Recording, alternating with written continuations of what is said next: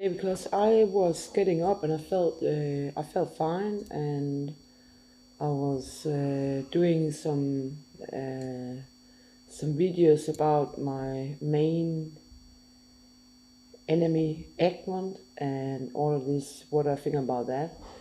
And then I wanted to go to the shop with the dogs, and I got out here and drove with the dogs, and I got to have a little pain in my neck the way down there. And there's a lot of people down there. I think there was a sort of delivery day or something. And then I got back. I noticed there was some cars with some people looking like they were going for hunting or something. Big guy with, shirt on and green stuff. And they were standing a little bit like they were standing in a way they spent a lot of time doing nothing really. So I drove off, came back. Um, and when I came back, I met the neighbors and we talked a little bit. And then I went inside, and then I was washing clothes, so I went after my clothing, and then I was putting this clothing up, and then on another farm was a shepherd beginning again to howl and bark and really doesn't sound right.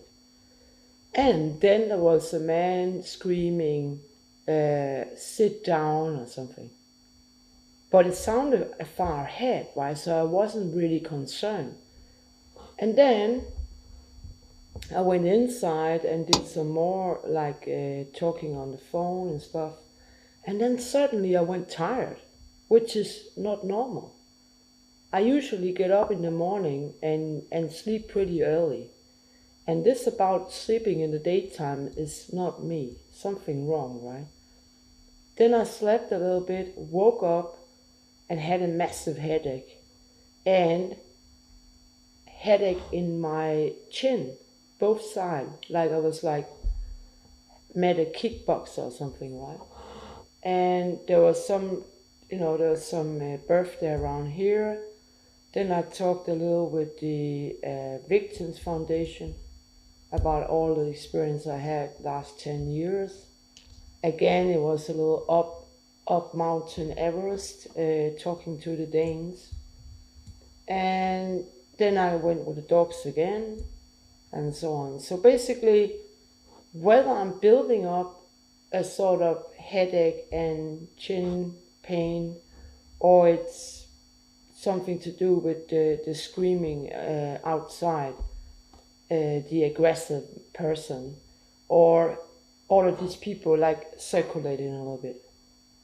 And we got the hackers, and I got the offensive and hostile environment in the hacker mobile phones, and all of this sort of confronting, you're nothing, kind of, we got your money, you're nothing. So actually, I in my mind, some of them are pirates, right? So I look at it like that, and I'm not careless when I walk out. I'm always aware of what's going on.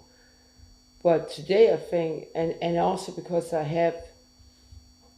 I'm not training enough right now, because I can't leave the dogs here.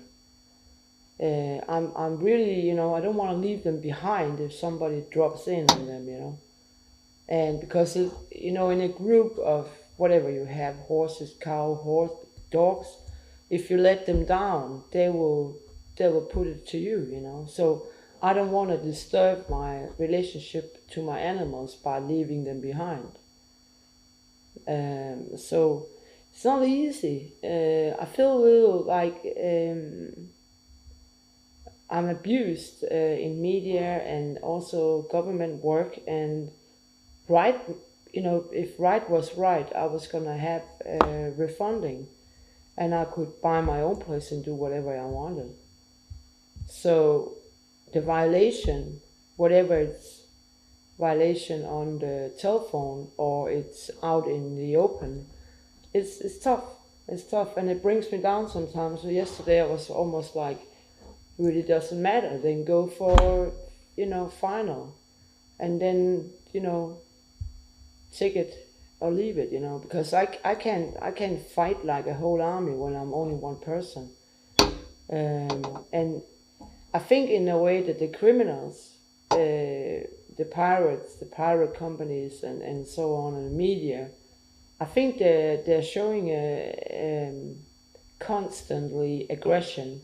Also, if you look at the media on Corona, with a lot of false information on Corona, it is an animal disease, nothing else. And I also think on the hatred against Putin is going mad. Like it's all right, all sort of crimes were in the media or in this hack network was okay as long as it's Putin, you know. By the way, I think we established peace now. By the way, I worked on that for some time. I don't want to invite you into it because you're not my friend, the media. So these headaches, mainly, I think the headaches, something I have, for example, today I have a bump in my head. That means it's not from inside. And also the chick is not from inside. So whether it's something that happens when I'm shopping or something on the road, I had my helmet on. When I was riding, I had my helmet on in the shop. So likely we are around here, right? But basically, when somebody screams aggressive and a dog is barking, it's bad news. It is, And I think there's something. Then we have, I pointed out neglect of animals around here, which was not good received. They got really angry. That's also a threat in a way. There seems to be more feeding to these cattle, but whether the other cattle get, I don't know. And and I posted down to the campsite that if you want to if I'm gonna work for them, I actually like these two people, and the one is very, very sick. And I wrote like, shortly, if you want to make a contract, and also because I want him to find out when we're starting. They need who prepare, they need who care, they need maybe dentists before riders coming, and they need cutting and stuff like that. So basically, he needs to have a plan. I mean, you can't offer any tourist to ride on something looking like that. And another thing is that maybe the letter maybe also make him think what is the future. Maybe he really loves those animals somewhere, and I think maybe he should reconsider how many he has. Maybe he doesn't need all of them. Not my decision, but it's not going anywhere right now. There's no training, no welfare, no nothing. So basically, I want to help him, but he doesn't kind of reach out. I actually posted before, and he could like come back and say, okay, let's say in this week we do the hogs, in this week we cut, and then you start blah blah blah. But if nothing is happening, the welfare is first, right? So basically, something's gonna happen. So all of this welfare, I didn't ask for that. I rather want to do something else, really. And if things were all right, we could have been riding in also in winters. So basically, it's not that rough winters anymore. So not much work, but just a little bit. And about the cattle, I could have, supplied them if they were on holiday. I could have looked after all of them. They don't think, and some of them can, but they don't think the month's ending. They don't have a plan. And that's the problem. And another thing was that when I was looking for some else to work, I got into a hacker queue line. So basically, I'm always talking to hackers and aggressive people. So when I have a headache, it's very easy to think that I have a bump in my head. People don't like me. I'm addressing neglect. I'm hacked and so on. It's very, very hard. So yeah. I might end up putting my animals down to be able to travel, you know. And I will do it, with the vet, of course, and do it, easily. I've done it before, and it's not the worst thing in the world. But of course, it's a sort of, they're very trained dogs for finding people and so on. And I really like my animals, and they're all well, But I can't travel with two dogs not knowing exactly where I'm going and if they can be housed. And another thing is it's difficult to travel without a car, and it's difficult to travel with two dogs without a car, right? So basically, if I'm gonna travel to UK or US, I can't. I maybe will be too burdened with the dogs. I have to have feeding with me. I have to have permission to have them on trains and buses. Maybe not. So the risk about standing somewhere between Denmark and Holland and France and having the dogs is too big, right? So basically, I could put them in a kennel and then pick them up later, but who will pick them up, So basically, we have like, it's not because I like putting animals down, but if I can see that the circumstances they have is getting worse, or the future for them is not good, I have a plan, and my animals is not going to suffer. They suffered enough. I have one rescue dog.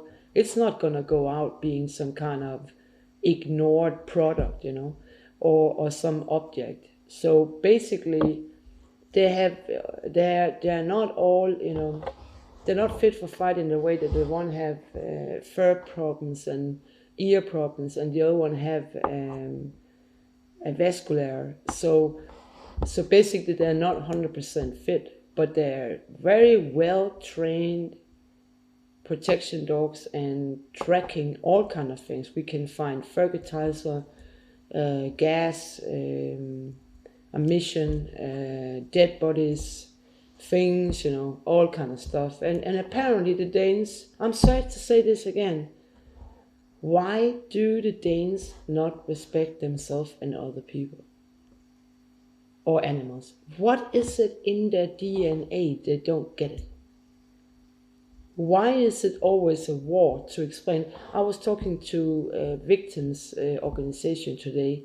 I had to argue about what happened, like it was some kind of fight, right?